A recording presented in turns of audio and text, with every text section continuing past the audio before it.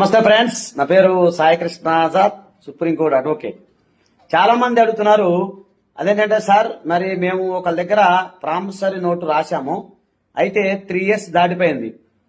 So మరి ఇప్పుడు 3 years దాటిపోయిన తర్వాత వాళ్ళు కేసు వేయొచ్చా అని అడుగుతా ఉన్నారు. సో ఒకటే గుర్తుపెట్టుకోండి, ఎవరికైనా సరే మీరు అప్పు తీసుకున్న తర్వాత 3 years దాటిపోతే అప్పు చెల్లించాల్సిన అవసరం లేదు. అదేంటి సార్ మీరు ఇలాగ మాట్లాడుతున్నారు, నెగిటివ్ గా మాట్లాడుతున్నారు అంటే, ఎస్, నెగిటివ్ గా నేను మాట్లాడట్లేదు, చట్టంలో ఉన్నది చెప్తున్నాను. ఏదైనా సరే ప్రామిసరీ నోటు మీరు రాసిచ్చిన తర్వాత 3 years దాటితే అప్పు చెల్లించాల్సిన అవసరం లేదు. అది క్రిస్టల్ క్లియర్ గా చట్టంలోనే ఉంది.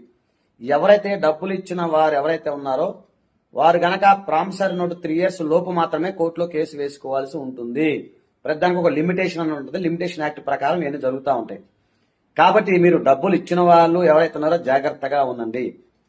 అదే డబ్బులు తీసుకునే వాళ్ళు 3 years కనుక, అంటే డేట్ వేసిన దగ్గర నుంచి 3 years కనుక ప్రామిసరీ నోటు కనుక రాసినట్లయితే మీరు ₹1 కూడా చెల్లించాల్సిన అవసరం లేదు. ఓకేనా? థ్యాంక్ యూ, నమస్తే, జై హింద్.